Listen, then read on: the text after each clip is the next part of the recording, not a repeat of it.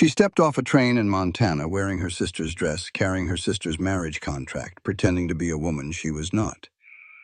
Her father sent her as a replacement bride because the beautiful sister ran away. The cowboy waiting on that platform took one look at her and said, "You are not the woman in this photograph." She thought he would send her back. She thought she was not enough. But what she did not know, what nobody knew, was that this cowboy had asked for her first. Her own father hid the truth and sent the pretty one instead. Now she was standing in front of the man who wanted her all along, and neither of them knew it yet. This story has blizzards, wolves, a barn set on fire, a stolen document, and a secret that will break your heart before it puts it back together. Stay until the very end. I promise you, it is worth it. Welcome to Cowboy Dusk channel, where the sun sets slow over open land and every story rides with dust, love, and grit. This is your home for tales of the Old West, where cowboys fall hard, women stand tall, and love is earned under wide Montana skies. This story will remind you that being overlooked does not mean you are worth less. It means the right person has not looked closely enough yet. And when they finally do, being truly seen is worth more than being beautiful. If this story touched something in you, leave a comment and tell me which moment hit the hardest. Share it with someone who needs to hear that they are enough exactly as they are. And if you want more stories where the West is wild, the love is real, and the ending is always worth the ride, hit subscribe and join the Cowboy Dusk family. I will see you at the next sunset. The train stopped at Black Ridge, and Lydia Hawthorne stepped onto the platform carrying one suitcase, one marriage contract that did not bear her name, and her father's instruction to never let Caleb Rollins learn the truth. A promise she knew she would break before sundown. She had been traveling for 4 days. 4 days of hard wooden seats and stale bread, and the constant rocking of rail cars that made sleep impossible. 4 days of watching the landscape change from the green hills of Pennsylvania to the flat brown emptiness of the Great Plains to the snow-covered mountains of Montana territory. Each mile had taken her further from everything she knew, and closer to a life that was never supposed to be hers. On the train, she had spent the last hour doing something small and desperate, using a sewing needle to unpick the monogram from the collar of the cream silk dress she wore. The letters C.H. Charlotte Hawthorne, stitched in gold thread by their mother's careful hand. Lydia had tried to restitch her own initials in their place, but the thread kept breaking. Finally, she gave up and left the collar blank. No one's initials, no one's dress, just fabric with holes where a name used to be. The dress hung loose at her shoulders and gathered awkwardly at her waist. It had been sewn for Charlotte. Perfect Charlotte with her honey blonde curls and rosebud mouth. Charlotte who could make men forget their own names with a single smile. The cream silk was meant for a golden girl, and Lydia was not golden. She was dark-haired, gray-eyed, angular, where Charlotte was soft. Interesting rather than pretty, her mother had once said, which was the kind of compliment that cut deeper than any insult. The conductor called Black Ridge, and Lydia's stomach twisted. She pulled out the telegram one more time, though she had memorized every word. Contract agreed. Marriage arranged. Bride expected March 1st. Black Ridge Ranch. C. Rollins. 6 months ago, this telegram had arrived at their father's house in Pennsylvania. Before everything fell apart. Before the bank threatened foreclosure. Before Charlotte fled in the night with the Reverend's son, leaving nothing but a note and the wreckage of a business arrangement that was supposed to save them all. It was Lydia's fault. She carried that truth like a stone in her chest. 3 weeks ago, she had been reviewing their father's accounts in Charlotte's room, spreading ledgers across the vanity because the light was better there. She had left the marriage contract on Charlotte's dressing table by accident. That is how Charlotte discovered the arrangement. That is how Charlotte learned their father had sold her to a stranger in Montana without telling either daughter. And that is why Charlotte ran. Now Lydia was here instead, sent to fix the crisis she had caused. Her father's words echoed in her memory. He had not been able to meet her eyes when he said them. Your sister's similar enough. By the time he realizes, it will be too late to back out without scandal. Similar enough. As if Lydia's dark hair and serious gray eyes were merely a faded copy of Charlotte's golden perfection. As if the absence of beauty were just a minor clerical error. The train shuddered to a stop. Through the dirty window, Lydia could see the platform. It was bigger than she expected. Cowboys in heavy coats, ranch hands loading supplies, a few townspeople meeting arrivals, and standing apart from all of them, tall and still as a fence post, was a man in a black hat, Caleb Rollins. Even through the glass, she could see the breadth of his shoulders, the way people gave him space without seeming to notice they were doing it. Power radiated from him like heat from a stove. On the platform, Caleb stood with his arms crossed and his hat pulled low. He was not eager. He was not nervous. Inside his head, he was running through a checklist. Wife arrives. Marriage performed by week's end. Household managed. Social obligations met. Heir eventually produced. Practical, controlled. Emotion was not on the list. He reached into his coat pocket and touched the photograph. Charlotte Hawthorne. Golden curls. Blue eyes. The kind of face that makes men stupid. He had chosen her on paper because the marriage broker was enthusiastic, and the references were strong. But there was something Caleb did not dwell on. Something the broker's initial letter had mentioned in passing. A second daughter, who manages the household accounts with remarkable skill. Caleb had circled that line with a pencil. Then the photograph of Charlotte arrived, and his practical mind decided beauty plus strong references equaled the optimal choice. He ignored the part of himself that had been more interested in the bookkeeper. The train doors opened. Passengers filed out. Caleb scanned for golden curls and a rosebud mouth. What he saw instead stopped him cold. Dark hair, gray eyes, a jaw set tight against the cold, thin shoulders squared inside a cream dress that did not fit right. The woman met his gaze directly, did not look away, did not smile, just stood there gripping her carpet bag like it was the only thing keeping her upright. He pulled out the photograph, looked at it, looked at her. Then he crossed the platform. His boots were loud on the wooden boards. When he stopped in front of her, she had to tilt her head back to meet his gaze. He was easily 6 feet tall, maybe more, with broad shoulders that filled out his wool coat and hands that looked like they could break a man in half. His voice was flat, controlled. You are not the woman in this photograph. Not a question, a statement. Lydia saw it instantly. This was a man who did not tolerate being deceived. She had planned to lie. Her father had told her to lie. But looking into those blue eyes, the eyes of someone who had been betrayed before and would not forgive a second time, the lie would not come. Number 1. I am Lydia, Charlotte's younger sister. She ran 3 nights ago. My father sent me in her place. Silence. The wind cut through her silk dress. She waited for him to turn around, walk away, put her back on the train. Caleb folded the photograph and put it in his coat pocket. He did not tear it, did not throw it away, just put it away, like closing a ledger on a bad investment. Is there a trunk? In the freight car, then let us get it. He turned and walked toward the wagon. Did not invite her to follow, did not send her away, just walked. Lydia stood on the platform watching him go. Behind her, the train whistle blew. 20 minutes until it left again, heading east, heading home. She could turn around, she could climb back aboard and return to Pennsylvania, to the cramped room and the empty ledgers, and a father who looked through her like glass. She picked up her carpet bag and followed Caleb Rollins into the cold. Caleb drove the wagon for 40 minutes without speaking. Lydia counted 247 pine trees along the road before she decided the silence was worse than whatever he might say. Inside his head there was fury. Fury at being deceived.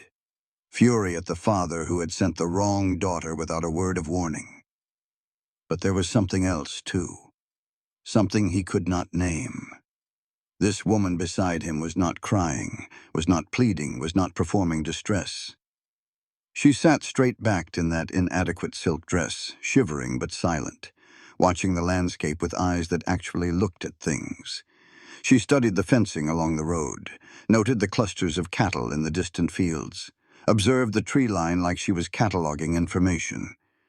She is freezing to death in that dress, Caleb thought. But she has not complained once. Either she is too proud or too stubborn. Both are useful on a ranch. Neither makes her the wife I ordered. Lydia broke the silence first, not with an apology, with a practical question. Well, how many head of cattle do you run? Caleb was caught off guard. He had expected tears, explanations, bargaining. Around 800. Why? The marriage broker's listing said 600. If you have grown by 200 head in the time since, your household operations must be undersized for the actual scale. That creates inefficiency. Caleb turned and stared at her. For the first time, something other than anger crossed his face. Black Ridge Ranch appeared over a rise, and even through her exhaustion, Lydia felt her breath catch. The main house was massive. 2 stories of dark wood and stone with a wide porch wrapping around the front, and smoke rising from multiple chimneys. Beyond it stretched barns, corrals, bunkhouses, and what looked like an entire small village of outbuildings. But there were scars, too.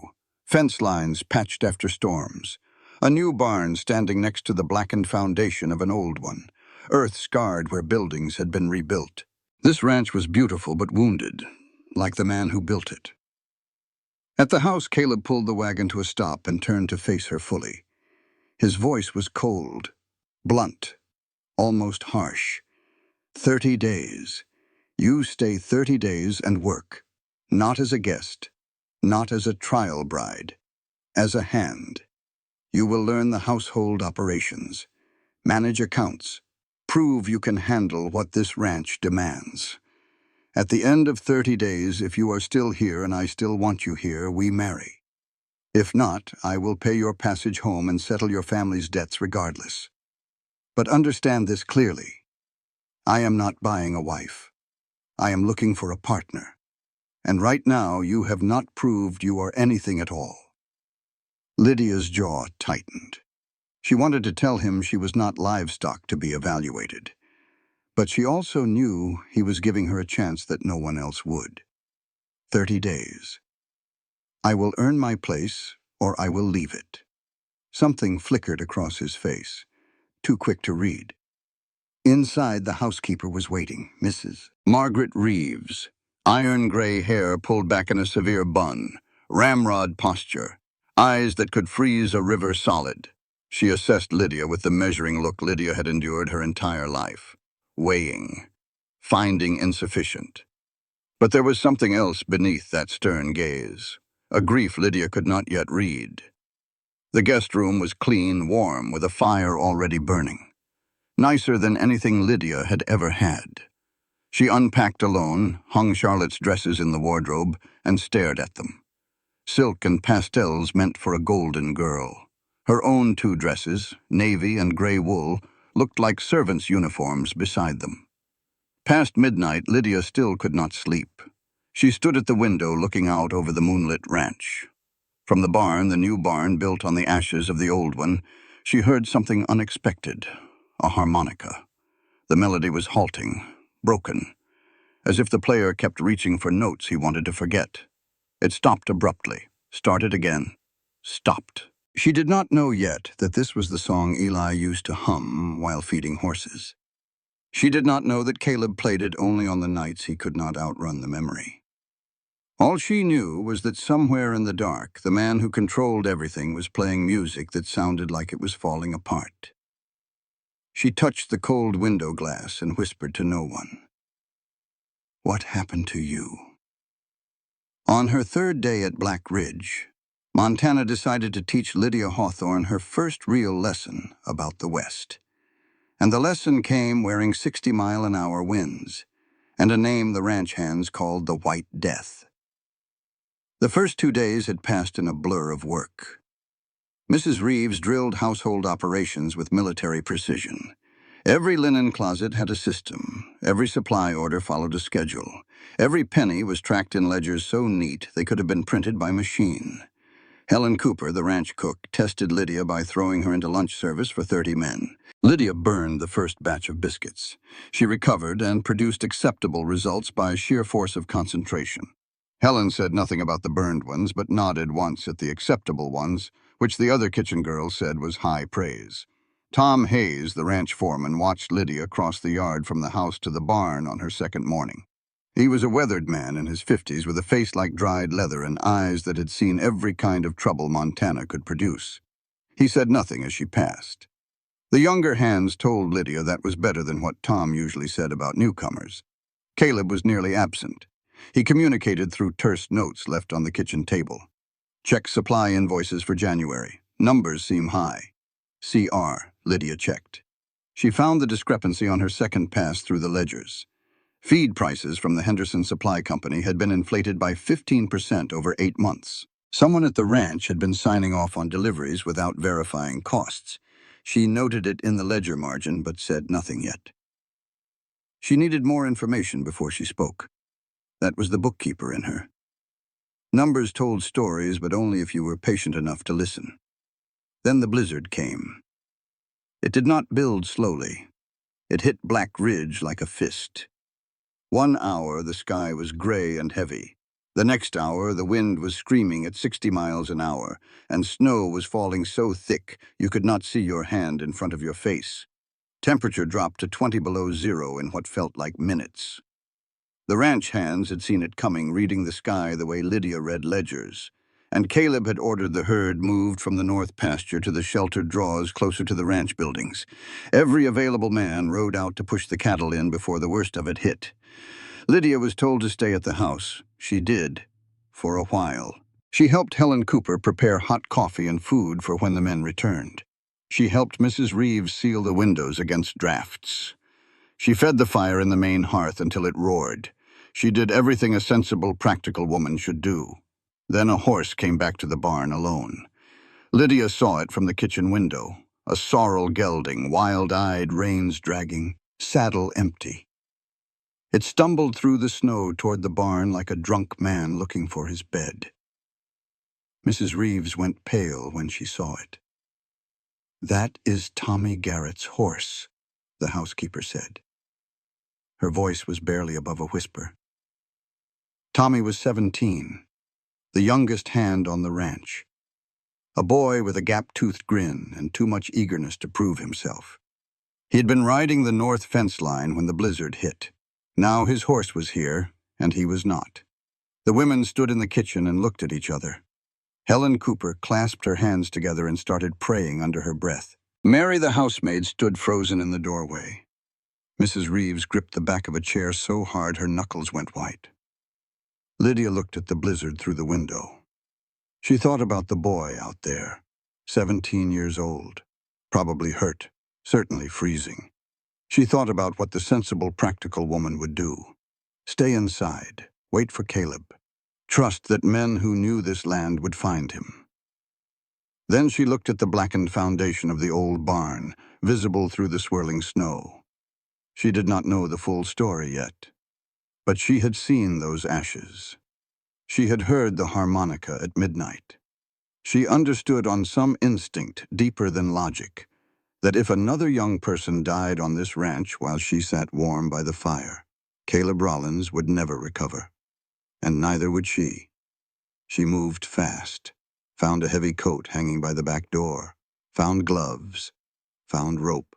She tied one end of the rope to the porch post and carried the rest with her to the barn, playing out the line as she went. A lifeline. She had read about it once in a newspaper story about homesteaders surviving prairie blizzards. Tie yourself to the house so you can find your way back when the snow blinds you completely. In the barn, she found Rosie. The old mare was 18 years old, brown and placid, standing in her stall with the calm patience of a horse who had survived 18 Montana winters and was not particularly impressed by this one. Lydia had ridden her exactly twice, short rides around the corral under Tom Hayes's skeptical gaze. She did not know how to saddle a horse properly, and had to try 3 times before the cinch was tight enough. Her hands were already shaking from cold and fear. She led Rosie out into the storm. The wind hit her like a wall. It stripped the breath from her lungs and drove ice crystals into her skin like needles. She could not see more than 5 feet in any direction. The world was white, roaring, violent. She had never experienced anything like it. This was not weather, this was war. But Rosie moved forward with sure-footed calm. The old mare lowered her head against the wind and walked steadily through snow that was already knee-deep. Lydia tied the rope to the saddle horn and let it play out behind them, their lifeline back to the barn.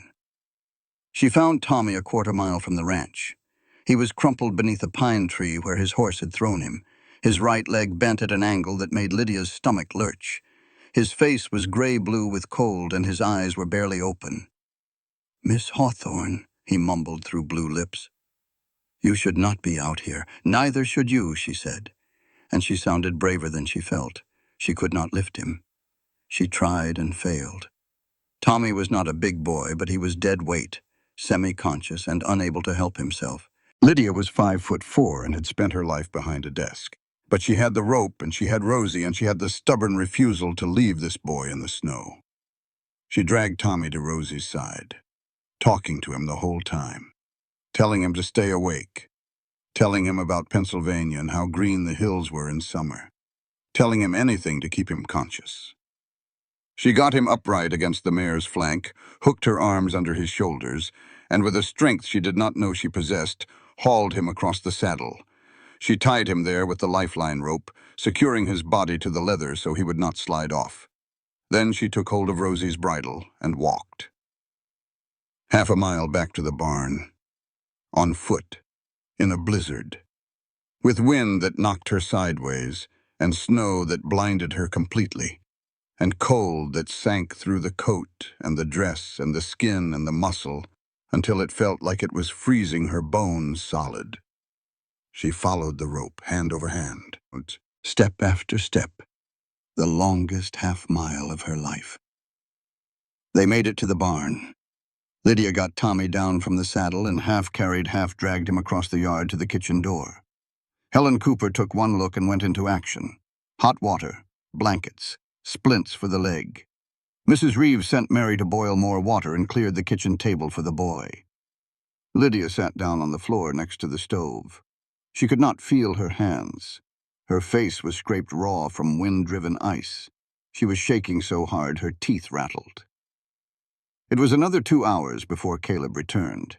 He came in through the kitchen door with snow caked on his coat and ice in his hair, and the drawn, exhausted look of a man who had been fighting the elements for hours. He saw Tommy on the table, legs splinted, feverish, but alive. He saw Helen Cooper wringing out warm cloths. He saw Mrs. Reeves standing guard like a sentinel. Then he saw Lydia, sitting on the floor by the stove, hands frostbitten, face raw, dress torn, shaking so hard she could not hold the cup of coffee someone had placed beside her. "Who found him?" Caleb asked. Nobody answered. They did not need to. Caleb crossed the kitchen and stood over Lydia. She looked up at him and expected to see gratitude, relief, maybe even admiration. She had saved a boy's life. She had been brave. She did not expect what she got. "You went out in a blizzard," Caleb said. His voice was not loud. It was worse than loud. It was controlled, precise, cold as the storm outside. "You went out in a blizzard without telling a soul. If you had died, no one would have known where to look. I would have found your body in the spring thaw and had to write your father that I let his daughter freeze to death in her first week." "Tommy would be dead," Lydia shot back. Her voice cracked, but she did not look away. "And you might be dead alongside him. Brave without a plan is just reckless, and reckless gets people killed in Montana." He was right. She knew he was right, and she hated it. But then something shifted. Caleb knelt down in front of her. His knees hit the kitchen floor. He took her frostbitten hands between his rough, warm palms, and he began to rub warmth back into them, carefully, methodically. The way she would later learn, he warmed newborn calves that came into the world during cold snaps. He did not look at her face while he did this. His jaw was clenched. His hands were impossibly gentle. Next time, he said, and his voice was different now, lower, rougher. And there will be a next time, because I can already see you are the kind of woman trouble follows. You tell someone. You take a partner. You do not go alone. You go alone every day, Lydia said. And it is the worst habit I have. The words hung between them. He was not just talking about the blizzard. She knew it and he knew it. He was talking about 12 years of shouldering everything himself because he was terrified that anyone he brought close would end up like someone she had not yet heard about. Someone whose name was connected to the burned foundation she could see from her window and the broken harmonica melody she heard at midnight. Caleb stood, dropped her hands, walked to the door, stopped with his back to her. The supply invoices, he said. You found the discrepancy. Yes. Someone has been stealing from this ranch, yes? Tomorrow morning. My office. Bring the ledgers. He left. Lydia looked down at her hands, still tingling from his warmth, raw with frostbite, trembling with exhaustion. These were not the hands of a bookkeeper from Pennsylvania anymore. She did not know what they were yet, but they had saved a boy's life tonight. And the most controlled man she had ever met had just held them like they mattered. There are two kinds of thieves in the West. The kind who hold a gun to your face and the kind who smile while their hand slips into your pocket from behind. Caleb Rollins had learned to watch for both. But the second kind had already been inside his house for 6 months. The next morning, Lydia carried the ledgers to Caleb's office. It was the first time she had been inside the room. Bookshelves lined one wall, filled not with novels but with agricultural journals, cattle breeding records, and ledgers going back a dozen years.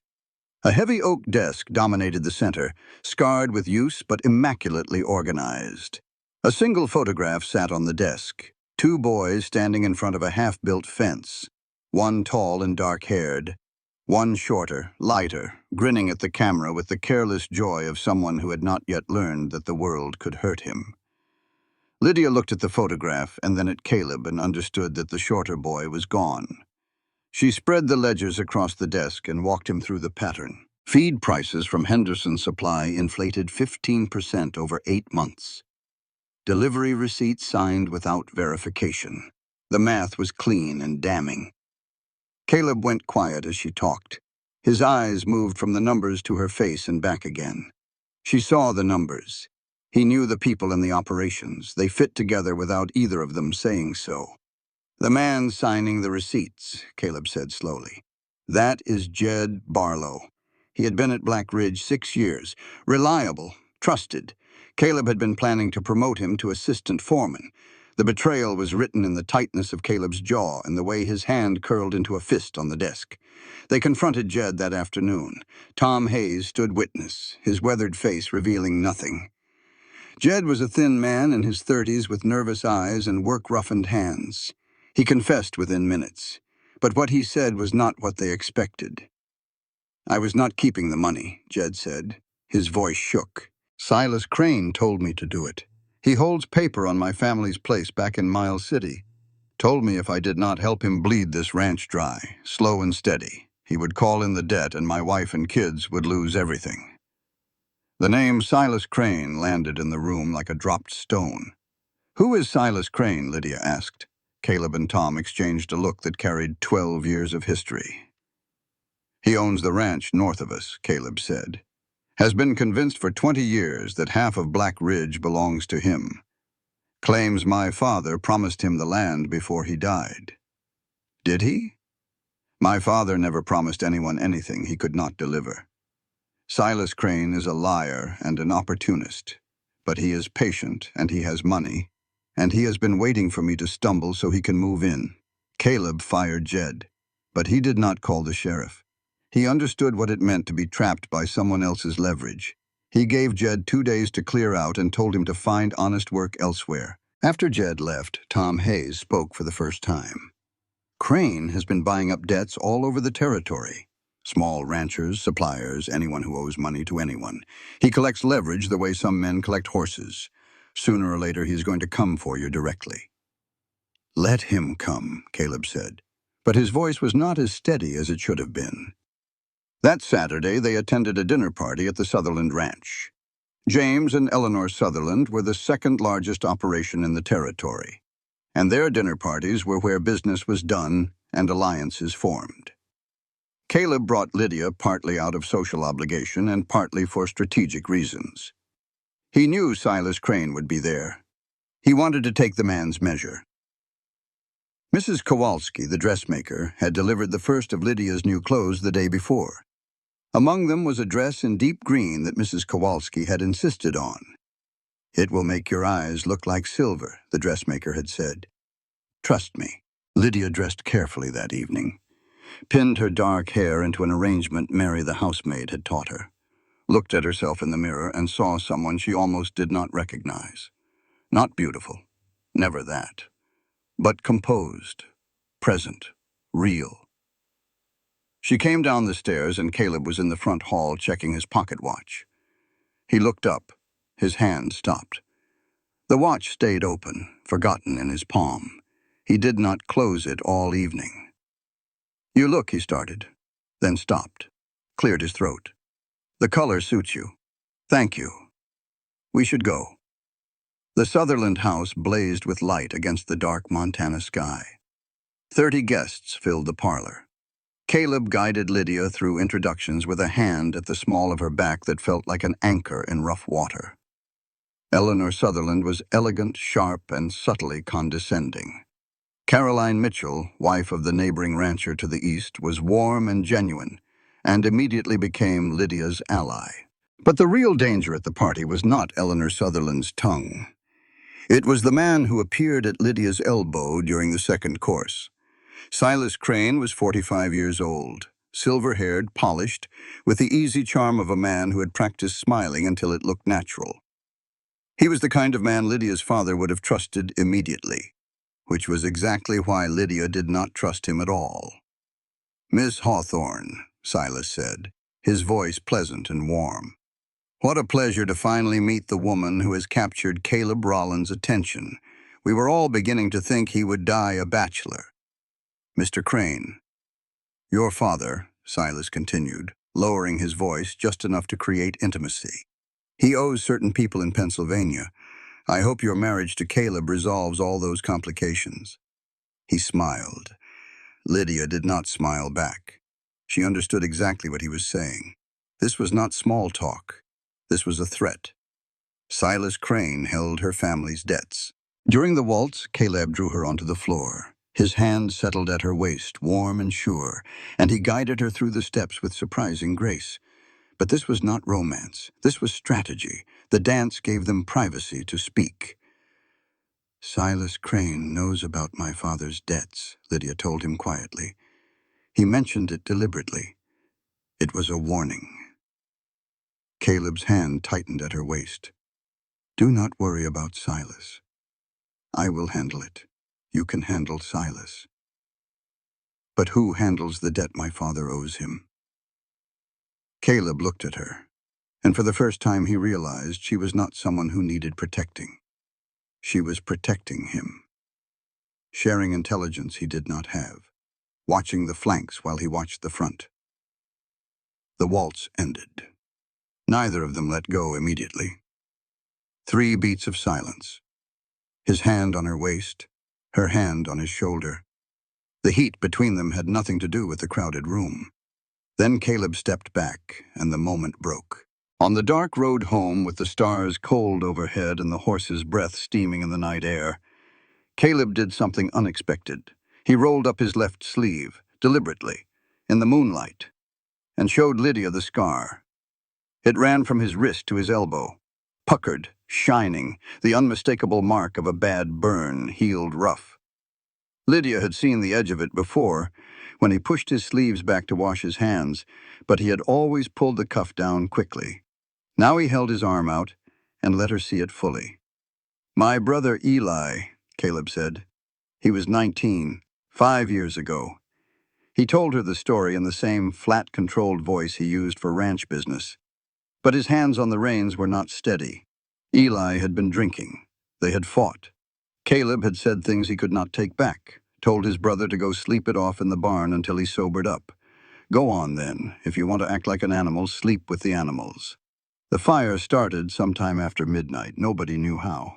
A lantern knocked over. A cigarette left burning. It did not matter.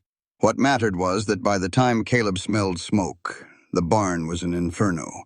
He went in, pulled 2 horses out, went back for Eli, got as far as the 3rd stall before the crossbeam collapsed. It landed on his arm. He pulled free, tearing skin and muscle, tried to go deeper. The heat was impossible. The smoke was blinding. Someone, Tom Hayes he later learned, dragged him out by his boots. They found Eli's body in the morning, in the back of the barn where Caleb had told him to sleep. Everyone says I was brave for going back in, Caleb said. The truth is the fight that night was my fault. I threw him out of the house. I told him to sleep in the barn until he sobered up. I sent him into the fire. Silence. Just the creak of the wagon and the horses' hooves on frozen ground, and the vast empty Montana night all around them. Lydia did not say it was not your fault. That would have been a lie, and they both would have known it. Instead, she said something else. You went back in.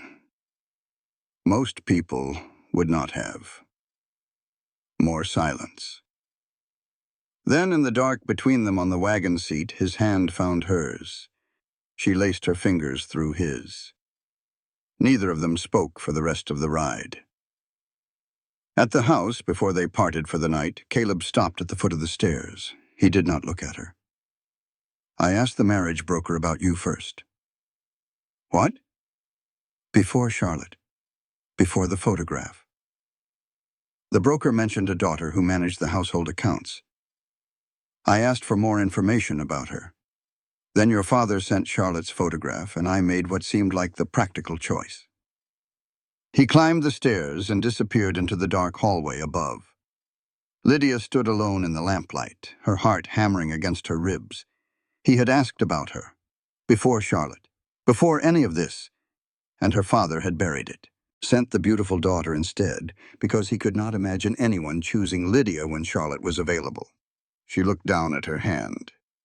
The one Caleb had held all the way home. It was still warm. Lydia Hawthorne had spent her whole life believing that if she could just organize things properly, the right numbers in the right columns, the right tasks in the right order, she could hold the world together. Black Ridge Ranch was about to teach her that some things break no matter how tightly you grip them. The second week at the ranch was good, better than good. The books were immaculate under Lydia's hand. Supply orders optimized. Mrs. Reeves was grudgingly impressed by how quickly Lydia learned the household systems. Helen Cooper started asking her opinion on menu planning for the coming weeks, which was the cook's version of high respect. Even Tom Hayes had stopped looking at Lydia like a stray cat that had wandered into the barn. But Lydia overreached. It happened because she was good at what she did, and she knew it. She reviewed the ranch's supply schedule and identified what she believed was a significant inefficiency. Feed deliveries from Henderson Supply came weekly, which cost more in transport than a single large monthly delivery would. She recalculated the numbers 3 times, found a 12% savings. The math was clean. The logic was sound. She changed the delivery schedule without consulting Tom Hayes. On paper, it was brilliant. In practice, it was a disaster. Henderson Supply prioritized their weekly customers over monthly ones. Lydia did not know that because she had never worked with suppliers in the West, where relationships mattered more than contracts and a man's word outweighed a woman's numbers. The monthly delivery arrived 3 days late, 3 days without supplemental feed during an unexpected cold snap that came roaring down from Canada like a freight train. The cattle on the South Range were already weakened from the blizzard stress the week before. 3 days without extra feed in bitter cold pushed them past what they could endure. 6 head died. Tom Hayes found the first dead steer at dawn and tracked the situation back to its source in under an hour.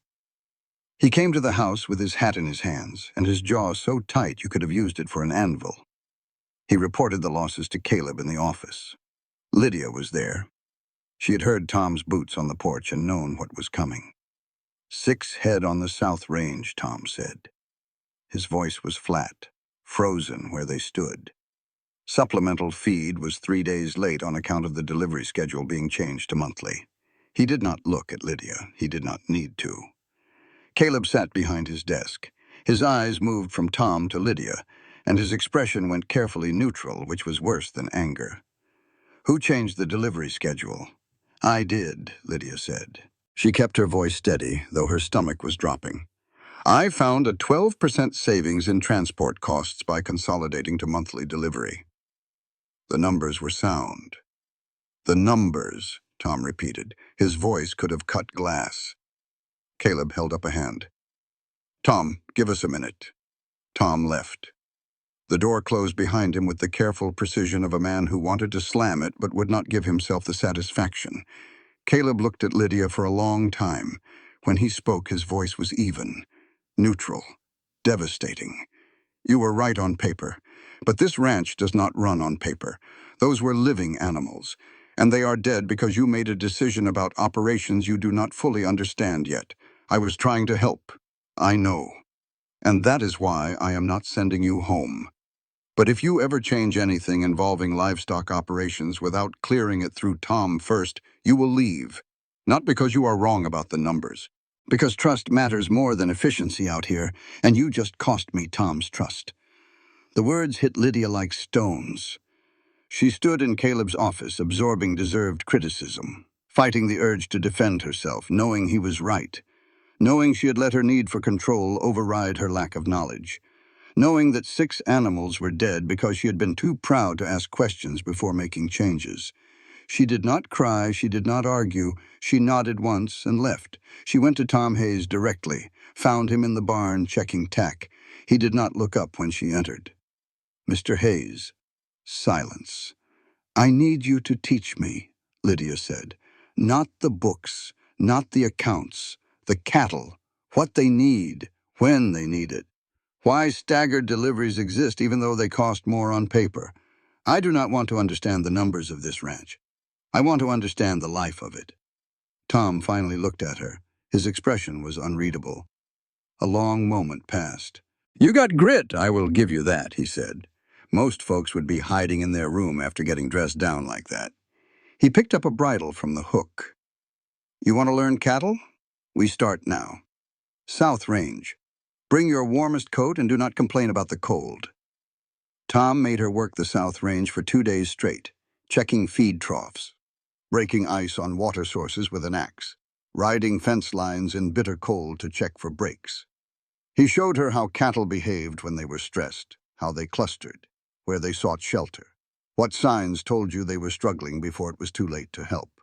He explained why weekly deliveries mattered, why relationships with suppliers kept you alive when weather turned bad, and you needed emergency feed overnight.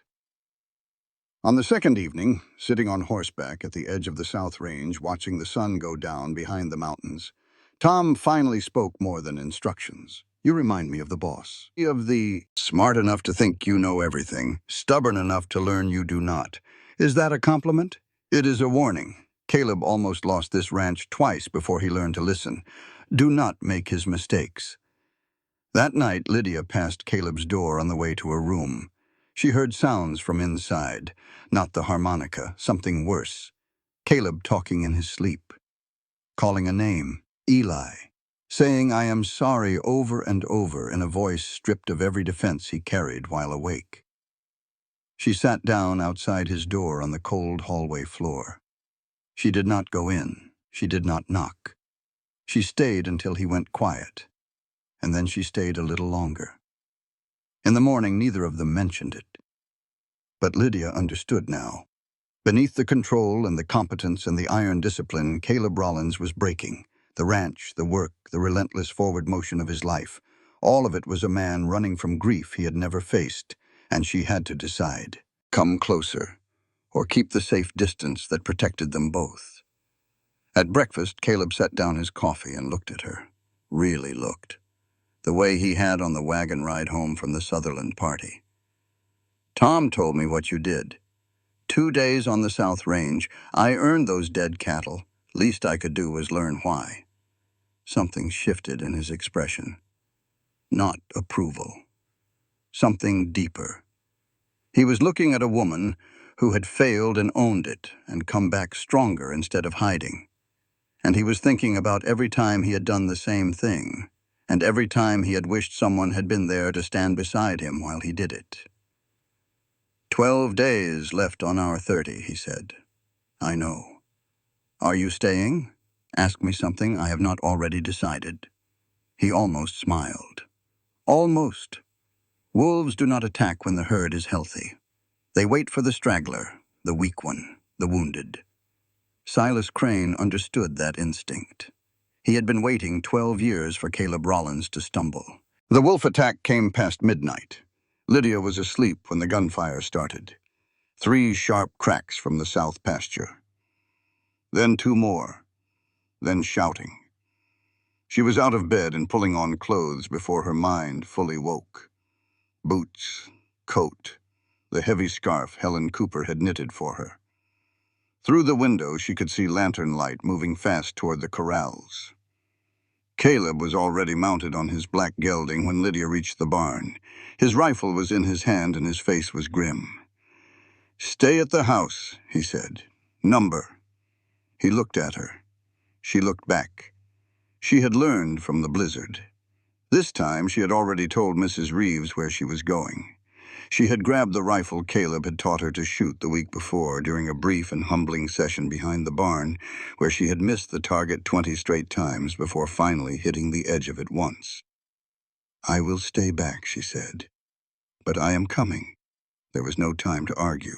Caleb spurred his horse toward the south pasture, and Lydia followed on Rosie, the old mare moving at a determined trot that was nothing like the black gelding's gallop but covered the ground just the same.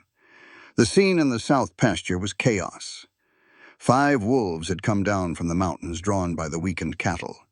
The same cattle weakened by the feed delay. Lydia's mistake was still cascading through the ranch like ripples from a stone. The wolves had separated 3 steers from the herd and brought them down in the snow. Blood steamed on the white ground. The remaining cattle were panicking, crashing against the fence line, bellowing in terror. Caleb fired from horseback. 2 wolves dropped. The third lunged at his gelding. The horse reared, and Caleb went off the back. He hit the ground hard, rifle flying from his hand, wind knocked out of him completely. For 3 terrible seconds he lay in the bloody snow, gasping, unable to move. The wolf turned toward him, and Lydia raised her rifle. Her hands were shaking. Her heart was hammering so loud she could hear it over the wind and the cattle and the snarling of the wolves. She had missed 20 out of 21 shots in practice. She was sitting on a horse in the dark in a blizzard with a wounded man on the ground and a wolf between them. She fired. The shot hit the dirt 2 feet to the left of the wolf. A miss, but the sound cracked through the night like thunder, and the wolf flinched, turned, and bolted into the darkness. The other wolves followed. The pack disappeared into the tree line as fast as they had come. Lydia slid from Rosie's back and ran to Caleb. He was sitting up, pressing a hand to a gash on his temple where he had hit a rock. Blood ran between his fingers. He looked dazed and angry and somehow, impossibly, relieved. 3 cattle dead, 1 gash on his head. It could have been worse. They both knew how much worse. They sat in the bloody snow together for a long time, shoulder against shoulder, not speaking. Around them, the hands were calming the herd, counting heads, assessing damage. Lanterns bobbed in the darkness like fallen stars. "You missed," Caleb said finally. "I know, but you shot. I know." The next morning brought more bad news. A letter from the bank in Black Ridge. Caleb's expansion loan had been called in early. Someone had purchased the loan from the bank and was demanding accelerated repayment. The someone did not need to be named. Silas Crane's tactics were as predictable as they were effective. Caleb slammed the letter on his desk. Tom Hayes stood in the doorway, arms crossed, face like a stone carving. Lydia picked up the letter and read every clause, every condition, every legal detail. "You have 90 days," she said. "The accelerated repayment clause has an extension provision if you can demonstrate ability to pay. We need to sell 200 head before spring market." Caleb looked at her. This was not a moment for compliments. This was a moment where he genuinely needed her, and they both knew it. "Can you do the numbers?"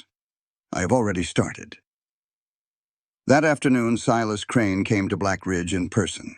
He rode up to the house on a tall gray horse with a silver-studded bridle, looking every inch the prosperous rancher making a neighborly call. He was polite, confident, sympathetic. He expressed concern about the wolf attack. What a terrible loss. He expressed concern about the loan situation. These banks, you know how they are. Then he made his offer. I would hate to see you lose this place, Caleb. I have always admired what you have built here. What if I took that section of land off your hands? The one along the creek. Fair price. Enough to cover the loan and then some. Reasonable for both parties. Caleb was quiet for a moment. Lydia could see him calculating. He was tired. He was hurt. He had wolves on one side and Silas on the other, and a loan hanging over his head. The offer almost made sense. She caught his eye, shook her head once. After Silas left, she explained. The section of land he wanted contained Black Ridge's only year-round water source, the creek that fed the ranch through dry summers and frozen winters. Without water, the entire operation would collapse within 2 years. That was not a deal, Lydia said. That was a kill shot disguised as a handshake. Caleb stared at the map on his wall. The section Silas had requested was highlighted in blue. Water. I almost said yes, he said quietly. You did not. That is what matters. Silas's parting words at the door hung in the air. He had turned to Lydia with that practiced smile and said, Smarter than I expected, Miss Hawthorne. Though I notice it is still Miss, not Mrs. Rollins yet. Maybe never will be. The threat was clear. Time was against them. That night, Caleb knocked on Lydia's door. She opened it and found him standing in the hallway, lamplight behind him, his face half in shadow. The gash on his temple had been cleaned and closed with 2 small stitches. His hair was damp from washing. He looked exhausted and uncertain and nothing like the man who controlled everything. You saved Tommy in the blizzard, he said. You found the thief. You saw Silas's trap when I was about to walk into it. And I do not want to wait 18 more days to say what I have known since the night of the blizzard. He stepped forward. His hand came up and touched her face. Rough fingertips against her cheek. The calluses caught on her skin. The first kiss was not gentle, not polite. It was rough and desperate, like a drowning man finding the surface.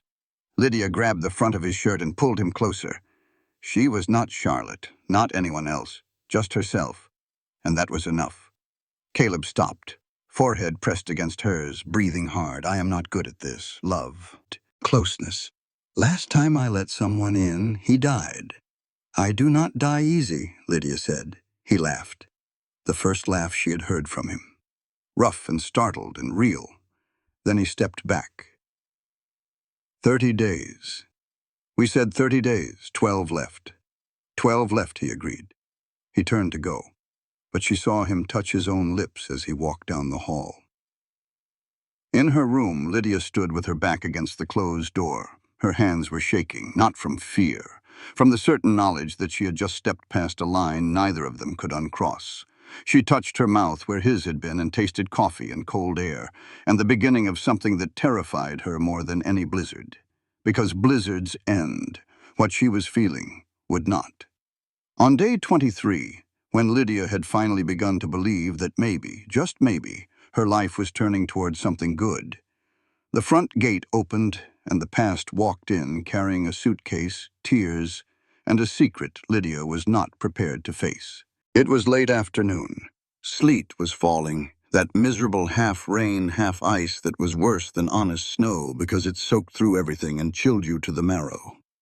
Lydia was in the office reviewing the cattle sale figures they would need to pay off Silas's loan when Mary came running in. Miss Hawthorne, there is a woman at the gate. She says she is your sister. Lydia's blood went cold. She found Charlotte standing at the ranch gate, and the sight nearly broke her. This was not the Charlotte she remembered, not the golden girl who turned heads and broke hearts. This Charlotte was thin, exhausted. Her blonde hair hung lank around a face that had lost its softness. Her dress was stained and travel-worn, and beneath the dress, unmistakable even under the heavy coat, Charlotte was pregnant. Lydia, Charlotte whispered. Her voice cracked on the second syllable. I did not know where else to go. Mrs. Reeves appeared on the porch. One look at Charlotte and the housekeeper's face hardened. She stepped forward as if to block the door. That woman is not welcome here. She is my sister, Lydia said, and she moved past Mrs. Reeves and opened the gate herself. She brought Charlotte inside, fed her bread and hot soup in the kitchen while Helen Cooper watched with wary eyes, and Mary hovered in the doorway. Charlotte ate like she had not had a real meal in days. Probably she had not. She was shaking from cold and something deeper, a trembling that came from exhaustion and fear, and the kind of humiliation that strips a person down to nothing. Lydia wrapped her in blankets by the fire and sat across from her, studying the sister she had spent her whole life envying, the sister whose shadow she had lived in for 22 years. And she felt something she did not expect, not anger, not satisfaction, pity. Charlotte was a victim too, a victim of their father who had taught her that beauty was her only value, a victim of a society that agreed, a victim of her own naivety, which had led her to trust a man who promised love and delivered abandonment. The reverend son had married Charlotte in haste. Then his family learned about the Hawthorne debts, the broken marriage contract, the scandal. They had the marriage annulled, threw Charlotte out. She had gone home to Pennsylvania, but their father wanted nothing to do with her. She was damaged goods now, useless for any further transactions. So she had come west, the only direction left. Caleb returned from the range at dusk. He walked into the parlor and stopped dead. Charlotte looked up at him from the chair by the fire. Her blue eyes, Charlotte's famous blue eyes, were red-rimmed and swollen from crying. The pregnancy was obvious. She looked like a kicked dog trying to figure out which hand would hit her next. But Caleb did not see a scared pregnant woman. He saw the woman who had broken her contract, who had run from her obligations, who had left her family to clean up her mess. He saw everything he despised. What is she doing here? It was not a question. Lydia stood and faced him. She is pregnant and she has nowhere to go. That is not our problem. She is my sister. My problem is your problem. You said you wanted a partner. This is partnership. Sometimes partners disagree. They fought. Their first real fight. Not a polite disagreement, but raised voices and hard words. Helen Cooper retreated to the kitchen. Tom Hayes suddenly remembered urgent business in the barn. Even Mrs. Reeves made herself scarce, though Lydia suspected the housekeeper had her ear pressed to the hall door. Caleb wanted Charlotte gone immediately. Lydia would not budge. They stood on opposite sides of the parlor and threw words at each other like stones. In the end, Caleb relented. Charlotte stays 1 week, he said. 1 week to recover. Then she leaves. This is my ranch, Lydia. My home. I will not have the woman who broke her word to me sleeping under my roof any longer than absolutely necessary. 1 week, Lydia agreed. That night, long after the household had gone to sleep, Lydia found Charlotte still sitting by the dying fire. The sleet had turned to snow outside, and the world was quiet in the way only Montana winter could be. Charlotte spoke without looking up. Did you know Father got a letter from the marriage broker before he sent my photograph? Lydia sat down slowly. What kind of letter? The broker wrote that Mr. Rollins had specifically asked about the daughter who manages the accounts. Charlotte's voice was hollow. He was asking about you, Lydia. He was asking about you. The fire popped. A log shifted, sending sparks upward. Father threw the letter in the fire. I saw him do it. He told Mother that beauty closes deals and brains do not. Then he sent my picture. Lydia sat perfectly still. The room was warm, but she felt cold spreading through her chest. He knew, she said. He knew Caleb asked about me, and he sent you anyway. Charlotte nodded. Tears tracked down her cheeks. I did not know until after I read the papers you left on my vanity. That is when I found the broker's original letter in Father's desk. The one asking about the capable second daughter. He had hidden it. Is that why you ran? I ran because I was terrified. But I could have told you the truth before I left. I could have shown you that letter. Instead, I burned it, because I was jealous that someone wanted you first, and I could not stand it." The sisters looked at each other across the dying firelight. All their history between them, every time Charlotte had been chosen first, every time Lydia had been the consolation prize, every time beauty had trumped substance. And now this, the final revelation. Their father had not simply failed to see Lydia's worth. He had actively hidden the proof that someone else did. Charlotte added one more piece to the wreckage. After she returned to Pennsylvania, disgraced and abandoned, their father had sold the family debts to Silas Crane, not as part of some grand conspiracy, just a desperate man grabbing whatever cash he could from whoever would pay. Silas had bought the debts because Silas was an opportunist who saw chaos and moved fast. After Charlotte fell asleep on the parlor settee, Lydia sat alone and held the telegram from her father. Contract fulfilled. Debt settled. She understood now what those 4 words really meant. Not the marriage contract, the transaction with Silas. She had been sent west to fulfill an obligation her father had never explained, to a man her father had prevented from choosing her, while carrying guilt for a crisis her father's own lies had created. She had to tell Caleb, all of it. The broker's letter, her father's deception, the Silas connection. But if Caleb learned her family was tangled with his enemy, would he ever trust her again?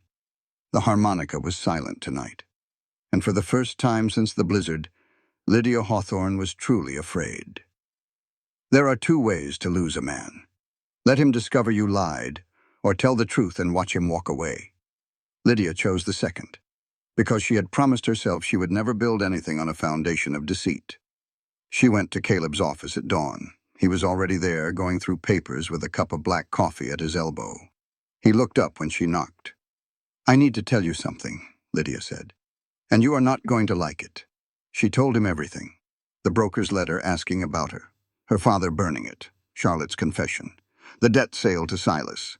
She laid it all out the way she would lay out a set of accounts. Facts, numbers, connections. No decoration, no pleading, no tears. Caleb listened without interruption. His face went through several changes. Surprise, anger, something that looked like grief. Then the worst expression of all. Nothing. A wall coming down like a portcullis. Emotion sealed behind stone.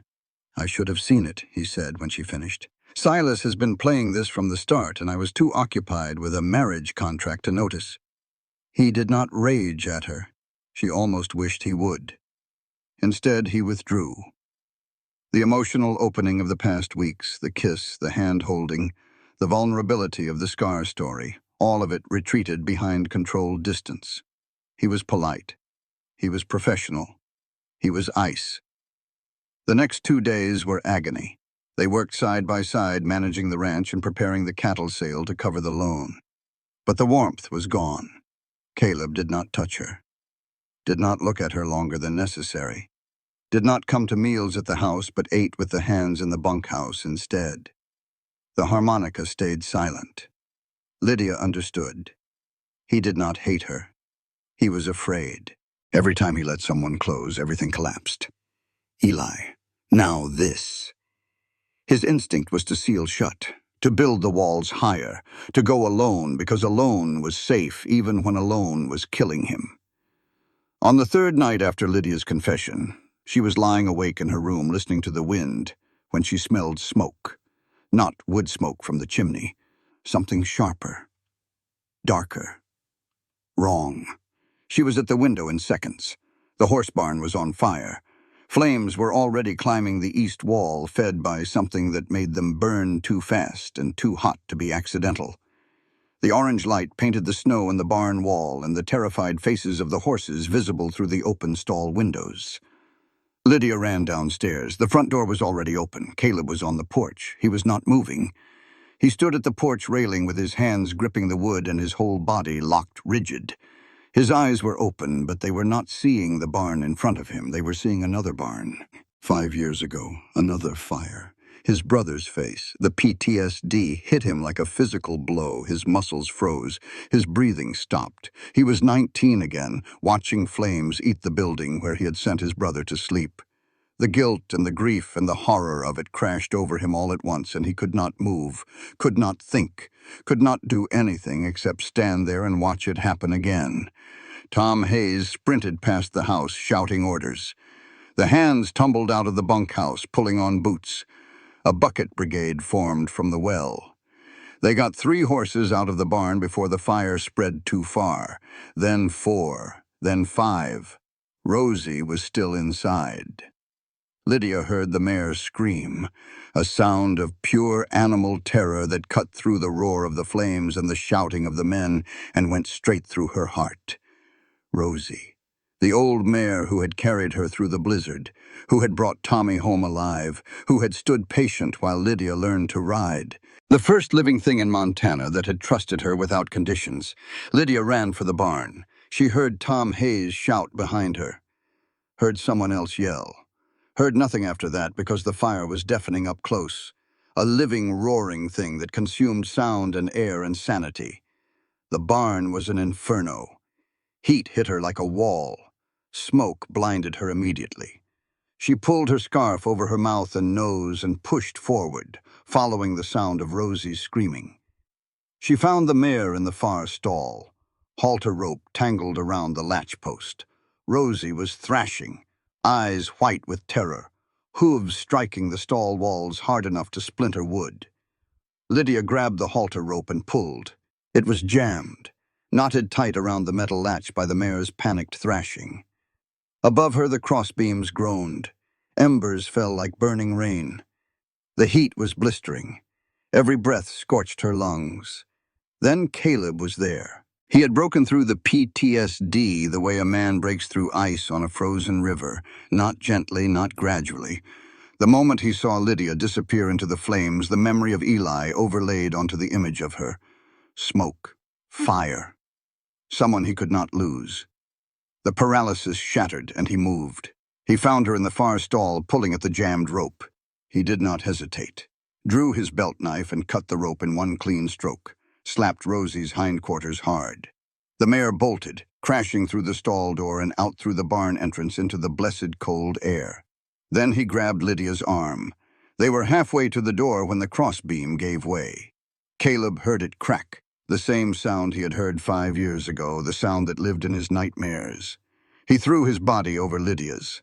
The burning timber hit his back and shoulders, new pain on top of old scars. He staggered, kept his feet, kept moving, kept his arms around her, and they tumbled out through the barn door into the snow.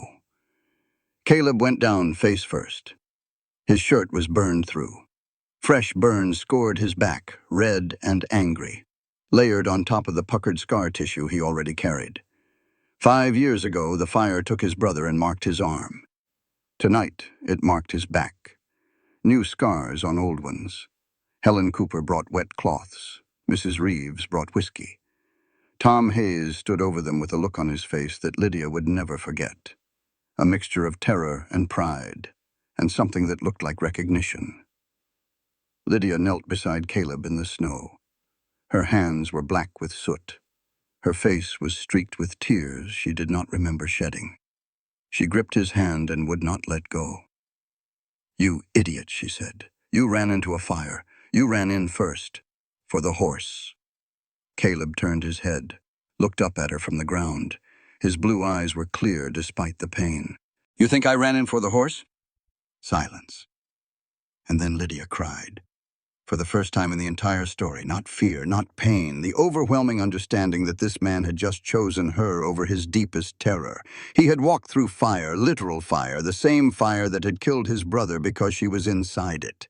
She held his hand while Helen cleaned the burns and Mrs. Reeves brought blankets and the hands doused the remaining flames. The barn was a loss, but the horses were safe, and Caleb was alive, and Lydia was alive.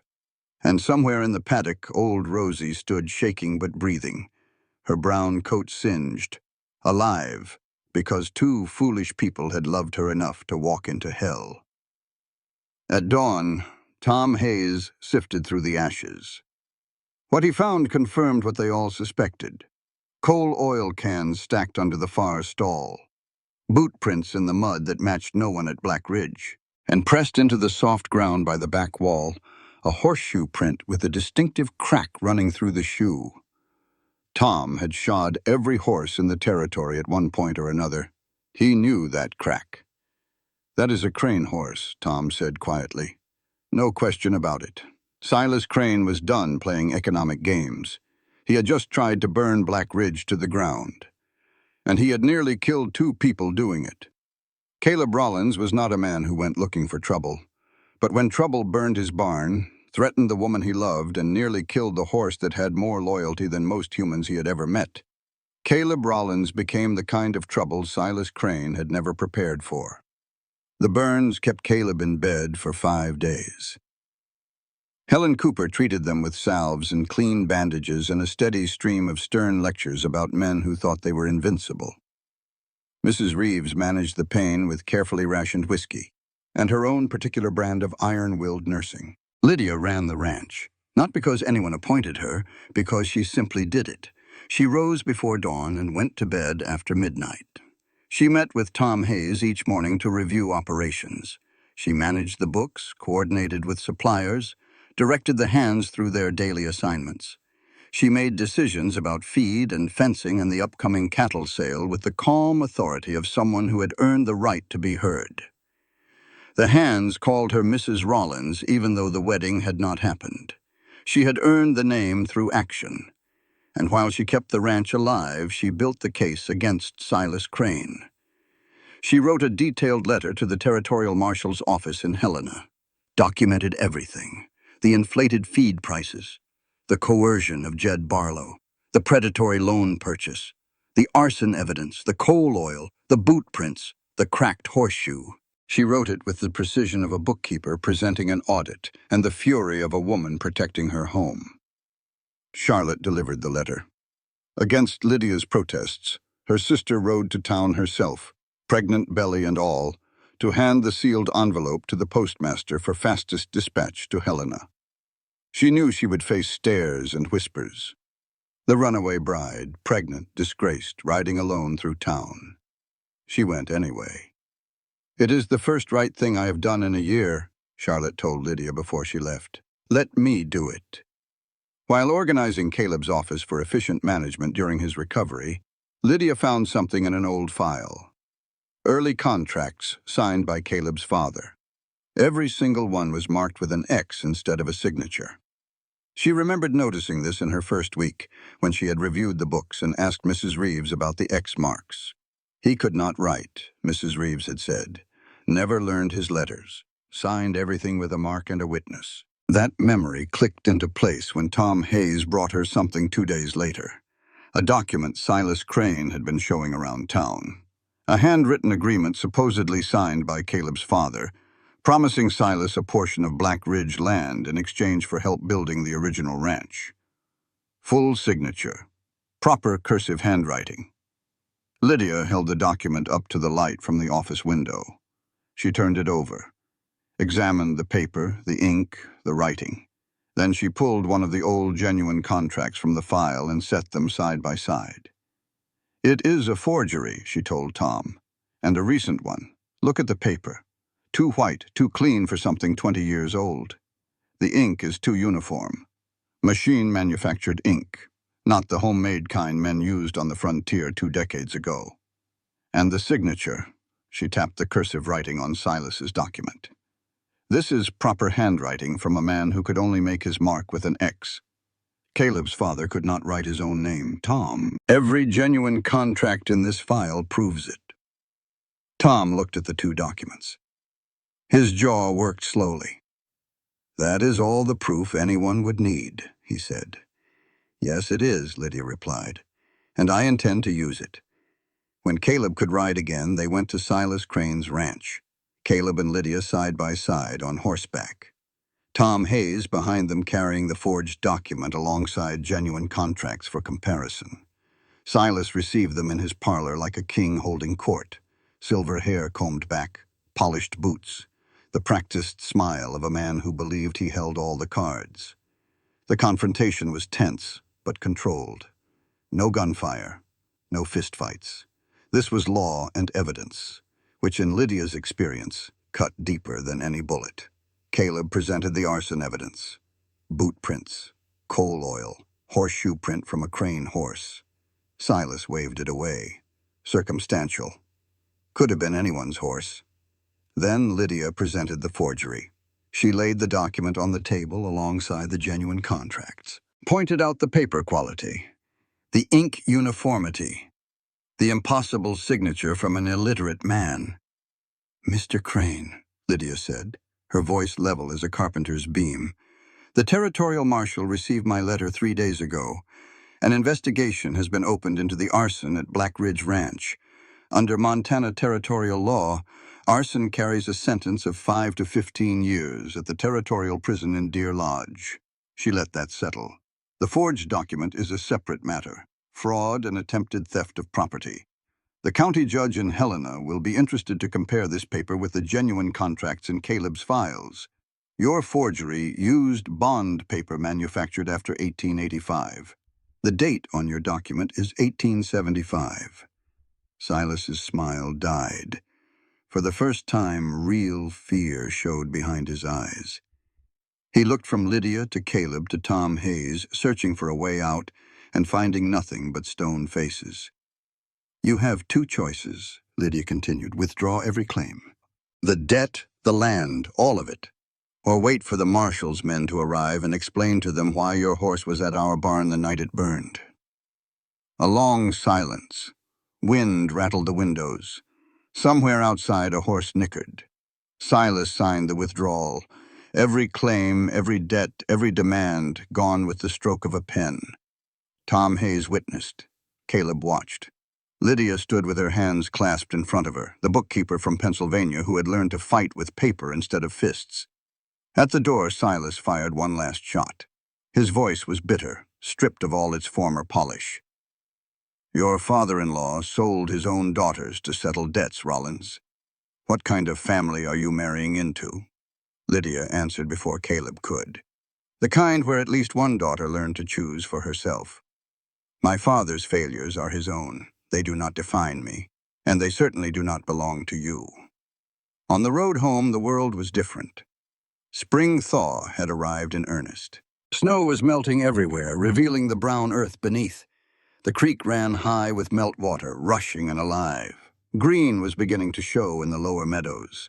The mountains still wore their white caps, but the valleys were waking up. Caleb stopped the horses in the middle of the road. He turned to Lydia. His blue eyes were serious. "The 30 days ended a week ago," he said. "I know. You are still here, I know. Not because of the contract. No. Why?" Lydia looked at him. Sun behind his shoulders, scar on his arm, burns on his back. Blue eyes that had seen fire and grief and betrayal and still, looked at her like she was the best thing that had ever walked into his life. "Because for the first time in my life," she said, "I know exactly what I want." Caleb reached into his coat and pulled out a small velvet box. He opened it. Inside was a sapphire ring flanked by small diamonds, set in gold that gleamed in the spring sunlight. "I have been carrying this since the night of the blizzard," he said. "That was 3 weeks ago. We had barely spoken." "I know. But you walked into a blizzard for a boy you had known 2 days, and I thought, that is her. Whatever else happens, that is the one." He took her hand, slid the ring onto her finger. It fit perfectly, as if it had been made for her all along. "Marry me," he said, "not as a substitute, not as a contract, as Lydia Hawthorne, the woman I should have been allowed to choose from the beginning." "Yes," Lydia said, and the word felt like the first true thing she had ever spoken. The wedding of Caleb Rollins and Lydia Hawthorne had no champagne, no 200 guests, no silk gowns shipped from Paris. It had melting snow, the smell of new grass, An old mare standing outside the parlor window like a witness, and two people who had finally stopped being afraid long enough to say, "I do." The morning of the wedding, Lydia sat in the west parlor wearing the dress Mrs. Kowalski had made as a gift. Deep blue velvet, the exact color of Caleb's eyes, though Lydia would never admit that was why she chose it. Charlotte stood behind her, pinning her dark hair into place with careful hands. The sisters had talked late into the night before. Real talk. The kind that strips away years of pretense and resentment and leaves something raw but honest underneath. Charlotte would stay in Montana a few more months, working with Helen Cooper in the kitchen until the baby came. After that, she would decide her own life. No one would decide for her again. "I used to think I hated you," Lydia said quietly while Charlotte worked a pin through a stubborn curl. "You should hate me. Maybe. But you ran, and I ended up here. If you had stayed, I would still be in Pennsylvania keeping Father's books and waiting for a life that never started." Charlotte's hands stilled. Tears ran down her cheeks. Lydia reached back and squeezed her sister's hand. Not perfect forgiveness. Not the erasure of everything that had happened between them, but acceptance. Imperfect, honest, real. As Lydia reached for a hairpin in the bureau drawer, her fingers touched something smooth and flat. She pulled it out. Charlotte's photograph. The one Caleb had carried to the train station. The one he had folded and placed in his pocket without tearing, without throwing away, on the day Lydia arrived. Her heart dropped. Why did he still have it? She turned it over. And there on the back in Caleb's bold handwriting were two lines. The first was a date. March 1st, 1887. The day she arrived at Black Ridge. The second was 3 words. Wrong woman. Right woman. He had written it the first day. Before the blizzard, before the kiss, before the fire, before any of it. He had looked at the woman who stepped off the train, dark-haired, gray-eyed, wearing a dress that did not fit, and he had known. Lydia sat on the edge of the bed with the photograph in her trembling hands and cried for the second time in this story. Not grief, not relief. Something larger than either. The overwhelming, staggering recognition that she had been seen, truly seen, from the very first moment. And the man downstairs had looked at her and thought not wrong, not less, not second best. Right. The wedding was small. In the parlor of Black Ridge Ranch, the minister from town performed the service. Witnesses were Tom Hayes in a clean shirt and slicked back hair, Mrs. Reeves in her best black dress, Helen Cooper with her apron removed for the first time anyone could remember, Mary the housemaid with tears already streaming, Carolyn Mitchell and her husband who had ridden over that morning, and Charlotte, standing in the corner with her hand on her belly, crying silently. Caleb waited at the far end of the room. Black suit, hair combed. Those blue eyes locked on Lydia from the moment she appeared in the doorway and not moving until, he was later told, well past the time the ceremony was over and the food was served and the sun went down outside. The vows were not traditional. Caleb spoke first. His voice was rougher than usual, quieter. "I promise never to take you for granted. I promise to fight with you when we need to and apologize when I am wrong. I promise I will be afraid every day that I am not worthy of this. And I will use that fear to try harder. I am not a perfect man, Lydia. But I choose you, today, tomorrow, and every day after that." Then Lydia, "I promise not to hide, not to apologize for existing, not to pretend to be anyone other than who I am. I came to Montana carrying someone else's contract and someone else's name on my collar. But today I stand here with my own name, Lydia Hawthorne, choosing to become Lydia Rollins, not from obligation, because this is where I belong." The minister barely got the final words out before Caleb kissed her. Helen Cooper cleared her throat. Tom Hayes looked at the ceiling. Mrs. Reeves, the iron woman, the fortress who had not shown a flicker of emotion in 6 years of service, pulled a handkerchief from her sleeve and dabbed her eyes. Outside, through the parlor window, Rosie stood in the spring grass, old and singed and steady, watching the house with one large dark eye, like a witness, like a blessing. 1 year later. Spring had come again to Black Ridge Ranch, the kind of spring that makes you forget how long the winter was. Green so bright it hurt your eyes, wildflowers in the meadows, the creek running high and clear with snowmelt, calves in the south pasture, all legs and confusion, their mothers watching them with patient eyes. Lydia stood on the porch with her hand resting on a belly 6 months along. The ranch spread out before her, bigger now. 500 acres added from the savings her financial management had created. The new barn stood solid and proud where the burned one had been. Silas Crane's ranch to the north was under new ownership. The territorial marshal's investigation had uncovered enough evidence to send Silas before the county judge in Helena. He was serving 7 years at the territorial prison in Deer Lodge for arson and fraud. The land he had coveted for 20 years would never be his. Tom Hayes rode past the house and tipped his hat to Lydia. "Morning, Mrs. Rollins. Herd is looking good. We should have a strong spring count." "Thank you, Tom. Come to supper tonight. Helen is making that stew you like." Tom smiled, which was a rare enough event that Lydia marked it as noteworthy. "Yes, ma'am. I believe I will." In the paddock, Rosie stood in the warm grass, gray-muzzled and slow but still standing.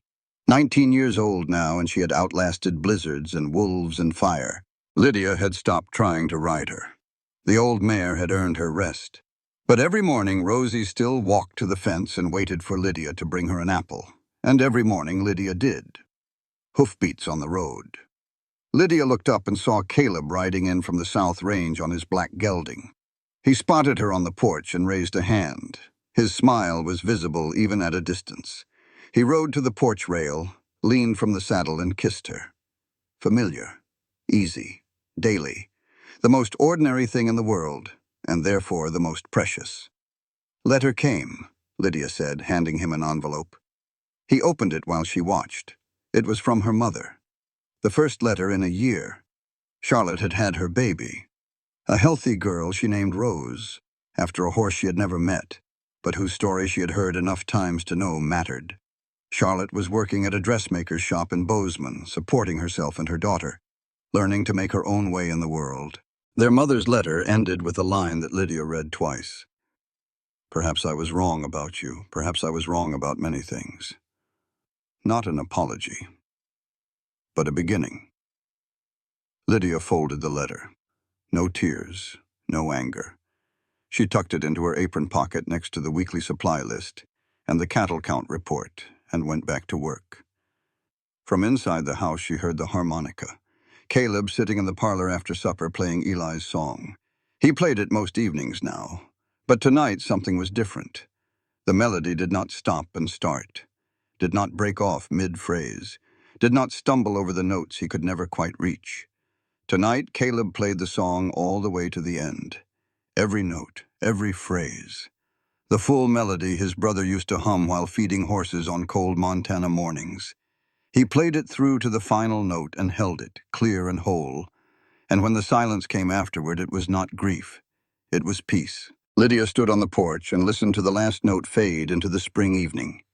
She touched the sapphire ring on her work-roughened hand, the ring that had fit perfectly from the first moment he placed it there. She looked out over the land she had earned the right to call home. And she understood finally and completely the truth that had taken her 1 year and 1,000 miles and one borrowed dress to learn. She had never been the wrong woman sent west. She had always been exactly the one who needed to make this journey. The life she had built in Montana, the partnership with Caleb, the person she had become through blizzard and fire and failure and choice, all of it proved that being overlooked and underestimated and dismissed as not enough had never been the truth about her worth. It had only been other people's failure to recognize what was there all along. Years later, when people asked Lydia Rollins about her marriage, the mail-order bride who became one of Montana Territory's most respected ranch women, she never told them about blizzards or fires or enemies defeated. She told them about an ordinary afternoon, standing on the porch, listening for hoofbeats, Watching the sun go down over land she had earned the right to call home. "He did not rescue me," she would say. "He saw me." Turns out that was everything. She would touch the sapphire ring on her hand and smile the way women smile when they know something the rest of the world has not figured out yet. That being chosen, truly and deliberately and completely chosen, is worth more than beauty, more than convention, more than any arrangement made on someone else's terms. Lydia Hawthorne Rollins was strong, capable, and chosen. Not in spite of who she was, but because of it. And that made all the difference. This content was carefully researched, developed, and manually edited by our team to deliver meaningful stories with valuable life lessons. Every narrative is crafted to entertain, inspire, and empower our audience.